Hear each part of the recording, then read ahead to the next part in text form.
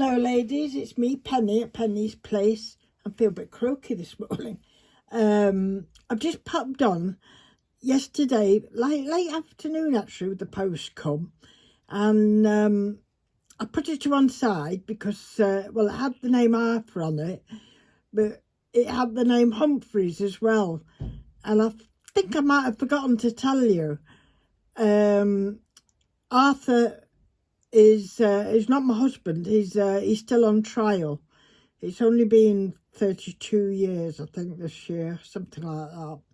Anyway, so his name's Julie. Not that it matters at all. But what a lovely surprise. He opened it up and he was so chuffed when he opened it. And it's a lovely card from the lovely Julie, which is green macaroni in America.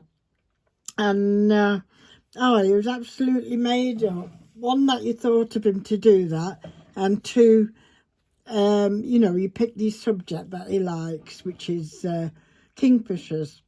And she's wrote on the back a little message to him. So I know he wants to thank you in person, so we're going away, so I'll try and do a video and he's going to pop up as well. It's absolutely a beautiful card. Julie's gone to such a lot of trouble with it. I love the background colours, like stenciling work, I think, in that, and it's textured a little bit as well, which is lovely.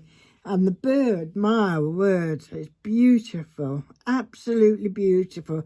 And I love how I've done the dark background.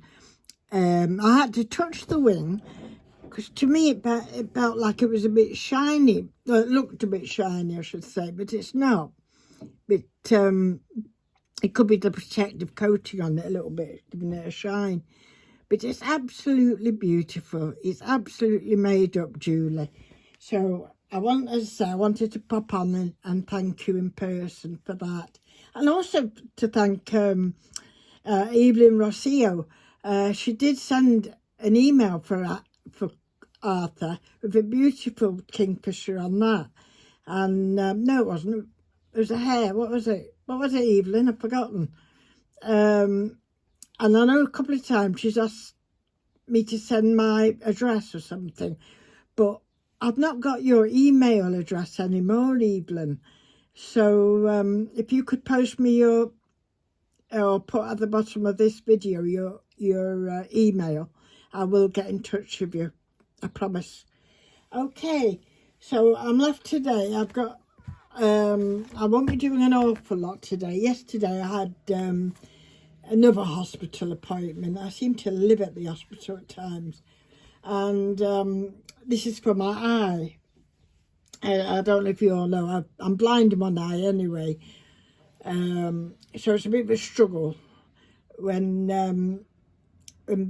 both eyes get a bit infected. I thought I had dry eye. This is what I was told about a year ago at the opticians. In fact, they showed me some very expensive pads, cleaning lotion, and what else was it? A warming pad and drops for dry eye, which I've been using religiously.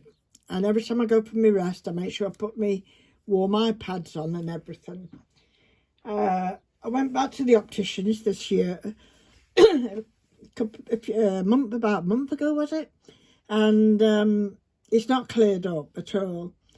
It gets very itchy and crusty like in the morning, and it's painful when you're in the sun or a breeze gets in it or what have you.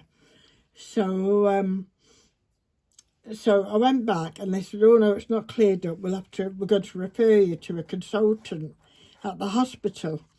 So that's where I was yesterday, and I didn't think we were going to see anybody because we sat in the waiting room. We said, oh, I'm sorry, your consultant's phoned in sick. Oh, lovely. She said, hang on, I'll just go and see if Dr. so-and-so. So off she went. And anyway, this lovely doctor, I can't remember his name, he said he'd see us. And I say we've been almost profoundly deaf. Arthur has to come in with me to commute and then he relays it back to me. So the top and tail of it is it's not dry eye at all. We don't know what it is.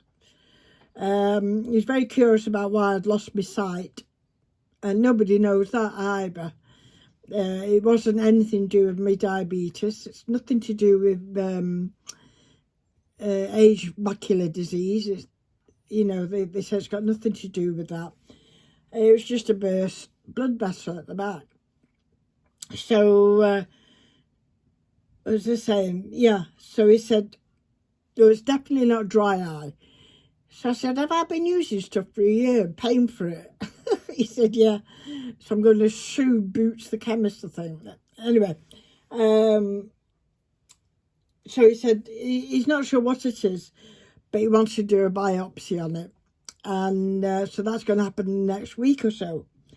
It will take some fluid. It's lumpy, you see. So I think they're going to take some fluid out and see about it.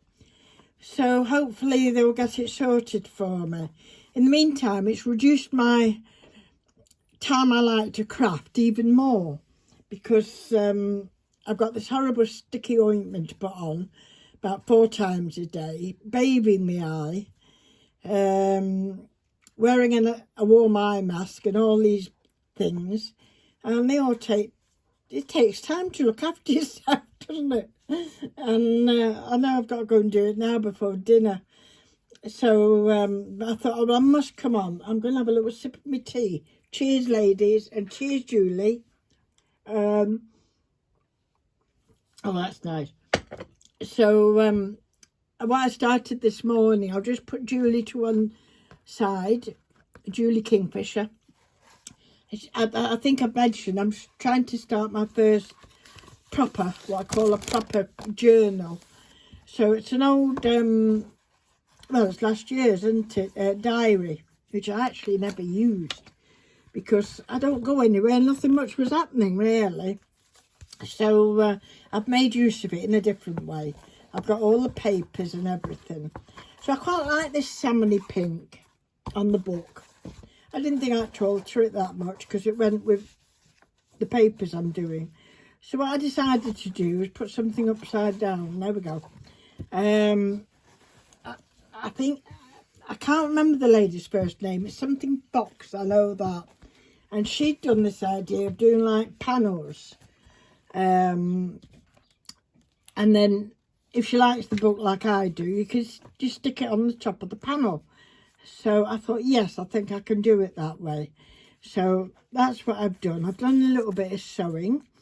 It's some lovely fabric there with words on it and letters. In the centre of here was a rose, you know, a picture of a rose and that. So I thought I quite like that. I couldn't find a rose that I liked, you know, that was flat enough to go on. So I picked this flower instead. And a little bit of string underneath. And did a bit of layering with lace and pictures and little bits of the paper that is in the journal itself. So I think it's come on quite nice, that. So that's going to be stuck on there. And that's the paper I've chosen for inside. I've got 3 signatures, which I'm going to try and sew in today. It's my last really opportunity to do it. So I have actually done it once and I made a mess out of it. Oh, did I make a mess out of it? So I spent yesterday evening, in between watching my Bob Dylan on Sky Arts, I was watching people making journals with hidden signatures, etc. So that's my project after I've done my eye this time. Sorry, your card went flying then, didn't it? And yeah, I think that's about it now. And then once the signature's in, I can decide on how many, you know, little extras I want in it as well. You know, in the sleeves and pockets and what have you. So but the main thing was to come in and thank Julie very much. So thank you, Julie, across the pond. And thank you, Evelyn, as well, for thinking of Arthur. You're both very, very sweet ladies. Thank you. And I'll pop off now. Bye for now. Stay safe, everybody.